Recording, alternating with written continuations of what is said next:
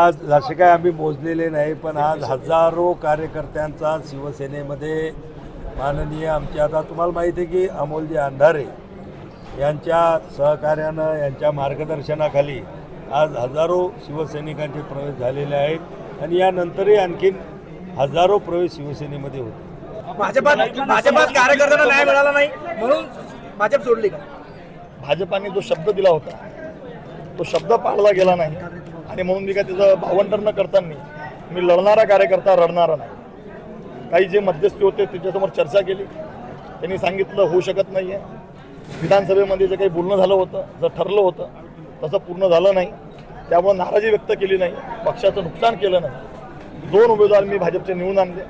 माझ्या प्रभागातलं पवनभाऊ गरड यांची पत्नी हिला मी अविरोध निवडून आणलं आणि निवडणूक झाल्यानंतर नगराध्यक्ष विराजमान झाल्यानंतर पक्षश्रेष्ठींची बोलवून मी माझा अधिकृत राजीनामा दिला।